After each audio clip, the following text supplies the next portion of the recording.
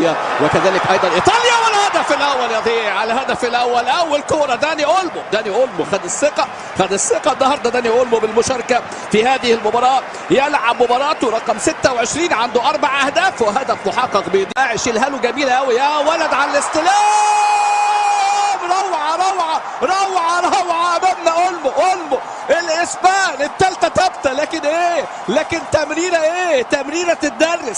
تمريره تدرس حلوه قوي، واللمه والمهاره العاليه، والهدف الاول لاسبانيا منتخب لاموخا. الفرحه والسعاده لويس انريكي امامنا هنا يطمح انه يحقق الانجاز ويحقق اللقب، لكن هدف حلو قوي، هدف ملعوب يترجم الحب نتيجه هدفين والتعادل وفرصه للتسجيل.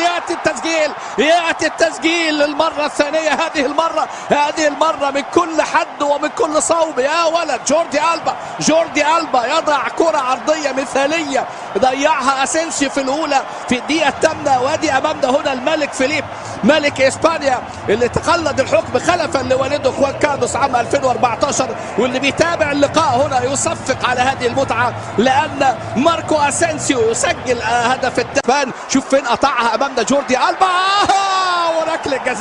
وركلة جزاء المنتخب الكوستاريكي.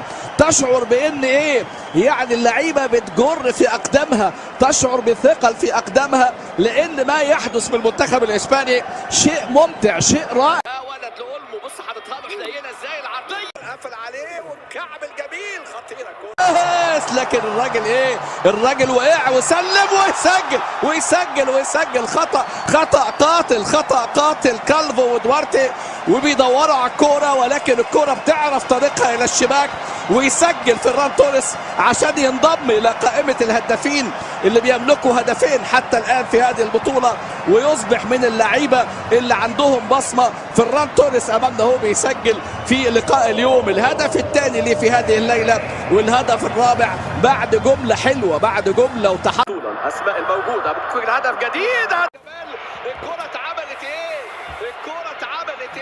اتعملت روعه وهدف جميل الحقيقه من صناعه نجم الفارو موراتا، لكن الكره عايزه تكافئك، لا اجد من الكلمات توصف هذه المهاره اللي عند جافي سجل في مرمى تشيك وسجل في مرمى الاردن. بص هنا الكره، بص الهدف الخامس، قصه وحكايه، تمريره حلوه قوي من بالدي الى هذه اللقطه. اوعى كارلوس سولير، وسع كارلوس سولير، يا ولد قال له وسع، وكارلوس سولير قال لك الله، ما انا كمان ادخل في الحفله وسجل الهدف. لكن شوف الكوره والتوغل، وكارلوس سولير يسجل الهدف السادس امامنا هنا. ايه ده يا كيلور نبات من جانب المنتخب الاسباني. الفارو موراتا 7 يا موراتا 7 أهداف في هذه المباراة. أي متعة وأي روعة في هذه المباراة فيما قدم في هذا اللقاء من خلال المهرجان اللي بيتقدم النهارده. أكبر فوز كان للمجر على السلفادور 10-1 في 82، وشفنا فوز